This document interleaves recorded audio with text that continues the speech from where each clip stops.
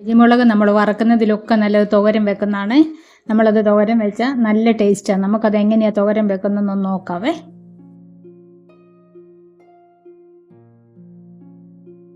അതിനായിട്ട് നമ്മളൊരു പാൻ എടുക്കുക, അതിലേക്ക് എണ്ണ ഒഴിക്കുക. എന്നിട്ട് അതിലേക്ക് ആ എണ്ണയിലേക്ക് നമുക്കൊരു വെളുത്തുള്ളി ചെറുതായിട്ട് അരിഞ്ഞതും ഇഞ്ചിയും കൂടിയിട്ടൊന്ന് ചെറുതായിട്ട് വഴറ്റണേ.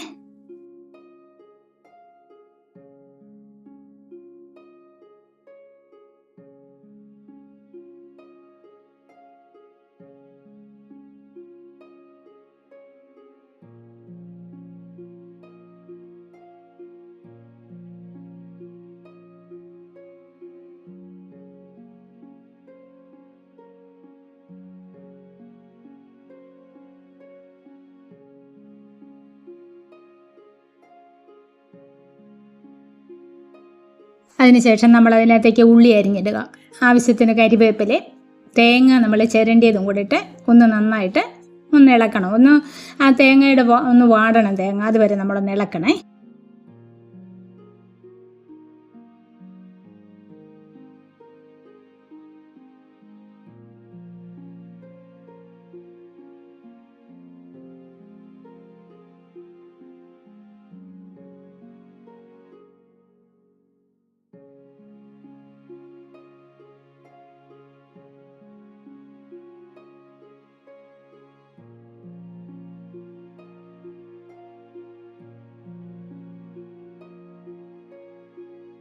അതിനുശേഷം നമ്മൾ അതിനേക്ക് മഞ്ഞൾപ്പൊടി ഇടണം. ഞാനിവിടെ 2 വെജിമുളക് എടുത്തിട്ടുള്ളൂ.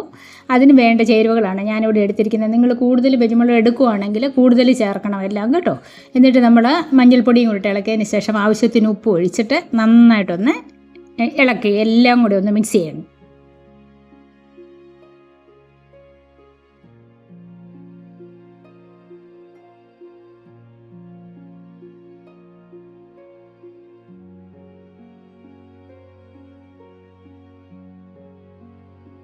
അതിലേക്ക് നമ്മൾ ചെറുതായിട്ട് അരിഞ്ഞു വെച്ചിരിക്കുന്ന വെജിമുളകും കൂട്ടിട്ട് അതൊന്ന് നന്നായിട്ട് അടച്ചൊന്ന് മൂടി വെക്കണം.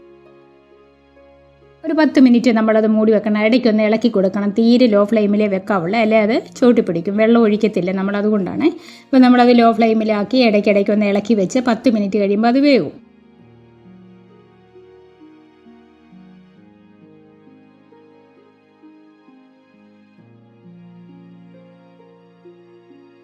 വെന്ത് കഴിഞ്ഞിട്ട് നമ്മൾ അതിലേക്ക് ഒരു 2 സ്പൂൺ തൈര് ഒഴിച്ച് നന്നായിട്ട് മിക്സ് ചെയ്യണം. എല്ലാത്തിലും ഒന്ന് തൈര് പറ്റത്തക്ക വിധത്തിൽ നന്നായിട്ടൊന്ന് ഇളക്കണേ. ഞാനിവിടെ 2 വെജിമുളക് എടുത്തിട്ടുള്ളതാണ്, ഞാൻ അത്രയും തൈര്. കൂടുതൽ വെജിമുളക് എടുക്കണേ, കൂടുതൽ തൈരിട്ടണം.